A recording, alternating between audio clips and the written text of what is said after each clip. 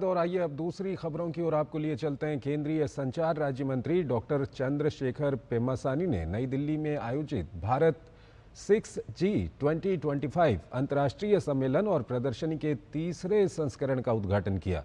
इस सम्मेलन में दूरसंचार क्षेत्र की कई देशी विदेशी कंपनियों के प्रतिनिधियों ने हिस्सा लिया।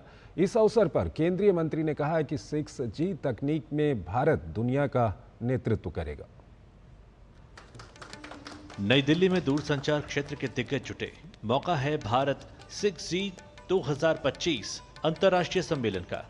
केंद्रीय संचार राज्य मंत्री डॉक्टर चंद्रशेखर पेम्मासानी ने सम्मेलन और प्रदर्शनी का उद्घाटन किया। इस सम्मेलन में देश विदेश की कई जानी मानी दूरसंचार कंपनियां भाग ले रही हैं। सम्मेलन में भारत 6G विजन में भारत को 6G दूरसंचार तकनीक में अग्रणी बनाने के लिए अनुसंधान, विकास और सहयोग करने पर मंथन हुआ।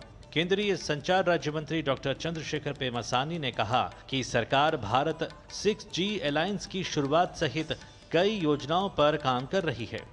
Over 111 research projects have been funded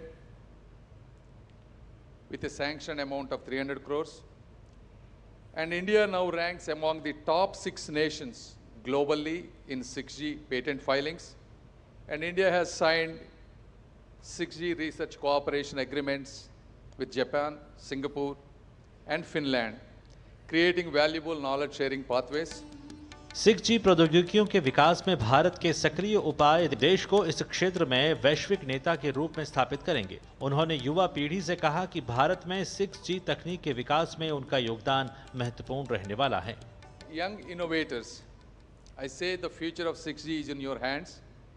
Your ideas, your creativity, and your passion will shape a connected India that leads the world.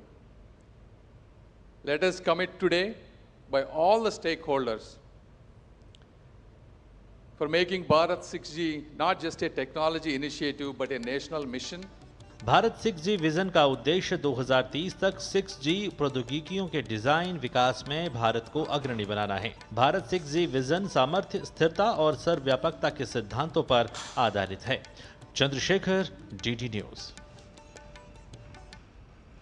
तो इस बुलेटिन में फिलहाल